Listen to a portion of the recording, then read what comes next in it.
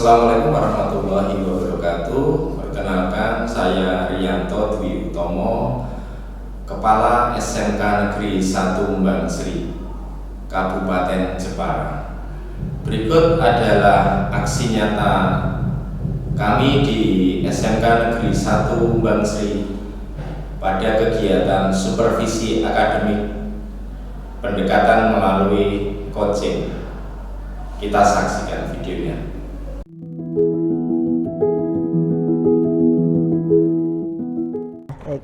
Assalamualaikum warahmatullahi wabarakatuh. Waalaikumsalam warahmatullahi wabarakatuh.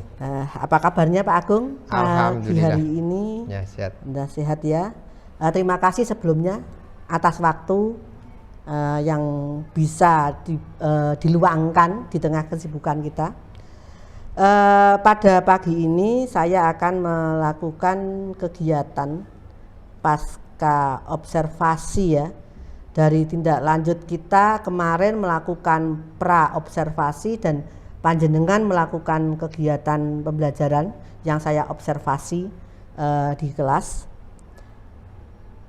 Di mana saat itu panjenengan menyampaikan sesuai dengan apa yang ada di rancangan pembelajaran panjenengan sampaikan kepada saya. Baik, gimana sih perasaan panjenengan setelah panjenengan melewati tahap pra-observasi, pasca observasi, kemudian hari ini? Iya, kalau perasaan saya senang, Bu. Jadi beberapa hari yang lalu kan kita sudah melakukan pra-observasi. Kemudian setelah itu beberapa hari kemudian saya melakukan observasi di kelas ya. Waktu itu kan saya masuk di kelas 10 PPLG 2 ya. Dan kebetulan memang waktu itu materi yang saya sampaikan juga cukup menarik. Waktu itu tentang tata letak, prinsip-prinsip tata letak. Prinsip desain grafis ya? Ya, prinsip desain grafis. Saya kan mengajar di interaksi manusia dan komputer. Nah, salah satu sub materinya yaitu tentang prinsip-prinsip tata letak. Nah, gitu. Dan waktu saya melakukan observasi itu ya saya senang. Saya senang karena semua yang saya rencanakan, yang saya planning dan kita lakukan pra-observasi dulu itu sudah berjalan dengan baik. Begitu, Bu. Kemudian Pak Agung, apa sih sebenarnya tujuan pembelajaran yang panjenengan sampaikan di materi tersebut? Iya, jadi waktu itu ketika saya melakukan observasi itu memang ada tujuan yang ingin saya capai, Bu. Saya ingin mengetahui sejauh mana itu anak-anak itu mengerti dan mengimplementasikan prinsip dari tata letak itu, Bu. Nah, prinsip dari tata letak itu kemudian diimplementasikan dalam sebuah karya yang nyata gitu loh, baik dalam bentuk desain lukisan ataupun desain grafis pakai komputer. Jadi anak-anak bisa mengimplementasikan dan juga mengukur sejauh mana anak-anak itu bisa bekerja sama antara satu dengan yang lainnya. Berarti bisa dikatakan ada proses kolaborasi. Betul, ya. Baik Pak Agung. Kemudian bagaimana sih panjenengan itu kan dalam satu kelas kan tidak mungkin profil anak-anak itu sama. Ya. Dengan tujuan pembelajaran sudah panjenengan sampaikan tersebut itu kira-kira bagaimana panjenengan dalam mengakomodir siswa yang ada di kelas itu, murid-murid satu kelas itu bagaimana? Iya. Mungkin bisa diceritakan. Waktu observasi itu kan memang materi yang saya sampaikan itu kan tentang prinsip tata letak gitu ya, Bu ya. Ada tujuh macam prinsip tata letak yang harus diketahui anak-anak. Dari prinsip-prinsip tata letak itu kemudian saya kasih ini materi, project, anak-anak ini bikin sebuah desain menurut yang dia sukai. Nah, jadi masing-masing anak ini memiliki hobi dan kesukaan tersendiri-sendiri. Nah, dari yang dimiliki anak-anak ini, hobi yang berbeda-beda ini dituangkan dalam sebuah desain, tapi harus mengikuti prinsip-prinsip tata letak.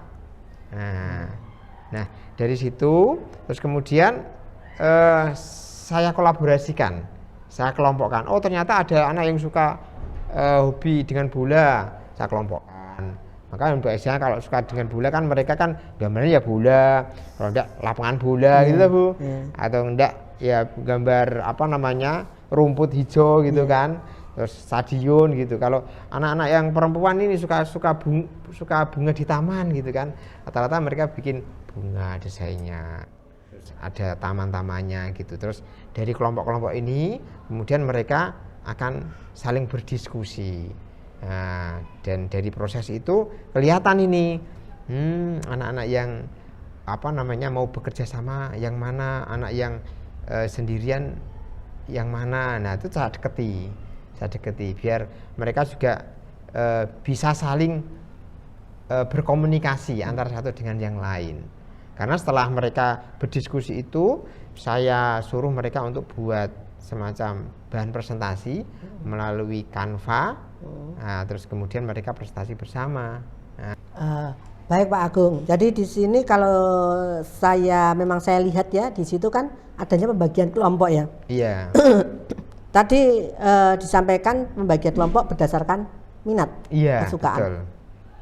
Kemudian apakah dalam satu kelompok itu sendiri ada tipe-tipe yang mungkin profil-profil karakter yang berbeda atau satu profil? Dalam artian mungkin si A aku menurut si C mungkin yang dia sangat kreatif, si B yang memang penuh inisiatif dan lain-lain. Mungkin iya ya jelas nganu Bu, karakter anak ini kan beda-beda ya. Ada yang modelnya introvert, pendiam, ada yang modelnya itu anak-anak cuawaan ya, istilah Jawanya cuawaan. Ada yang gembrejek, ora dadi garapane. Nah, itu ya mereka memang perlu didampingi nih Bu. Yang namanya guru itu harus mendampingi. Nah, makanya kan apa namanya ya? Kalau sekarang itu kan terkadang juga ada yang ngajar, itu kan, "Dah anak-anak, ini dikerjakan ya. Ini Pak Guru mau ada rapat." Hore.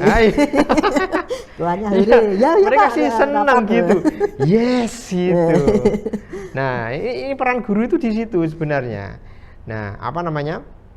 Saya dampingi terus. Ya, kemudian anak-anak yang introvert ini ya saya gali. Cobalah berbaur dengan teman-temannya gitu kan. Saya pancing-pancing gitu kan. Dan ya alhamdulillah dengan proses seperti itu mereka bisa berbaur, terus bisa berkomunikasi dengan baik dengan kelompok-kelompoknya. Karena mereka juga mengerjakan proyek itu sendiri-sendiri. Mereka kan mendesain itu kan dengan minat dan bakatnya sendiri-sendiri. Mereka suka apa dituangkan di dalam sebuah desain dengan memperhatikan prinsip tata letak. Nah, dari hobi yang sama itu dijadikan satu kelompok. Jadi mereka tetap membuat desain itu satu orang satu desain, cuman mereka dalam satu kelompok gitu. Oh iya. Jadi memang itu tadi ya, meskipun berkelompok, berkolaborasi dalam arti mereka bertukar, berbagi mungkin trik, ilmu ataupun yang lainnya ya, tapi mereka tetap punya tanggung jawab membuat sebuah desain di setiap anggota kelompoknya. Kemudian tadi tertarik Pak Agung, bagaimana sih mungkin adakah kendala panjenengan dalam tadi memberikan pembelajaran pada anak-anak dengan tipe-tipe tertentu itu tadi, adakah kendalanya? Kemudian apa juga sih triknya atau tipsnya yang mungkin bisa berbagi ya, nanti seandainya mungkin saya pada posisi seperti panjenengan, saya juga bisa ikut berbagi dengan tip atau trik yang panjenengan miliki. Iya, pada dasarnya anak-anak yang punya model pendiam atau introvert ya istilahnya itu, atau yang tidak suka ngomong. Kalau dia ngomong itu kalau tidak diketok itu tidak ngomong, cara kendi rak ditutuk itu rak muni Bu, itu ya ada ya kan. Nah sebenarnya inilah peran guru, peran kita sebagai guru di sekolah itu kan tidak hanya transfer of knowledge saja, tetapi keterampilan berbicara. Nah, meskipun dalam dalam lingkup sekelas ya, Iya. dengan teman-temannya itu ada juga yang mereka yang izin untuk ngomong gitu. Nah maka saya biasakan mereka. Nah saya kan modelnya tipenya kan suka yang guyonan Bu. Iya. Nah ya nyuwun sewu bahasa Jawane iku celelekan. Iya. Tapi ya masih dalam batas koridor Iya. sewajarnya Iya, gitu ya. Guyonan drengesan gitu loh. Maka dengan anak-anak seperti ya terkadang ya saya drengesi gitu. Ya enggak sampai ke taraf bully lah. Ya terus saya kasih motivasi. Terus kemudian biar mereka itu bisa bisa mengerjakan tugasnya itu dan bisa berkomunikasi dengan teman-temannya itu dilakukan dengan baik gitu. Ya ada kendala sih Bu. Waktu itu kendalanya itu ketika mereka itu bikin bahan presentasi di Canva. Itu kan Canva itu kan bisa berkolaborasi. Iya, betul. Sehingga ketika anak-anak mau bikin presentasi, kalau di PowerPoint itu kan dia karena tidak online, maka satu PC itu kan mengerjakan di PC itu aja. Iya, betul. Nah, sementara satu kelompok itu kan banyak orang ini, banyak anggotanya, ada 5. Nah, kalau satu PC itu dikeroyok anak 5 itu kan juga tidak efektif. Iya, efektif. Nah, maka dengan Canva itu masing-masing anak pegang satu komputer setelah mereka mendesain, ya kan, terus kemudian mereka saling berkolaborasi, bikin bersama, ya kan, tayangan slide-nya itu dibikin bersama, tapi mereka berlima bisa bekerja secara bersama-sama. Kendalanya itu ada anak itu yang tidak bisa mengoneksikan untuk berkolaborasi, itu tidak bisa. Dari kemarin kan sudah baca RPP jenengan, iya. sudah melihat jenengan ngajar. Iya. Nah, kemudian tadi kita sudah berdiskusi terkait tadi apa sih kelemahan, apa sih modelnya, bentuknya, solusinya, masalahnya apa, tantangannya apa, tindak lanjutnya. Nah, tindak lanjutnya gini Bu, ya memang tadi kelemahannya itu kan tidak semua anak itu ternyata tidak tahu cara kolaborasi di Canva. Nah, tidak lanjutnya ya memang saya harus ngasih tahu caranya anak-anak yang tidak bisa kolaborasi di Canva. Kalau kemarin kan, kejadian kemarin kan, udah anak-anak, ayo kan kalian berkolaborasi di Canva gitu kan. Saya tidak memantau satu persatu. Oh, ini sudah kolaborasi belum? Ini ternyata mereka ada yang tidak kolaborasi, ada yang sudah kolaborasi. Ya kedepannya tidak lanjutnya ya ketika mereka tidak bisa kolaborasi di Canva, saya harusnya ya ngasih tahu caranya bagaimana bisa kolaborasi di Canva biar bahan presentasinya itu bisa dikerjakan bersama-sama. Gitu. Berarti. Baik Pak Agung, kalau begitu mungkin bisa disampaikan apa yang jadi kesimpulan dari diskusi kita, dari kegiatan awal, dari kita observasi dan hari ini. Mungkin bisa panjenengan sampaikan apa yang jadi kesimpulannya. Ya memang ada beberapa poin yang kurang seperti saya sampaikan tadi, tentang materi desain prinsip tata letak tadi. Berkolaborasi di Canva itu yang anak-anak ternyata belum semuanya tahu caranya. Sementara saya hanya bilang, ayo anak-anak kolaborasi di Canva gitu kan. Harusnya saya mendatangi mereka, menyamperin mereka, mengecek mereka satu persatu mana yang sudah bisa, mana yang belum gitu. Pak Agung, terima kasih atas waktunya.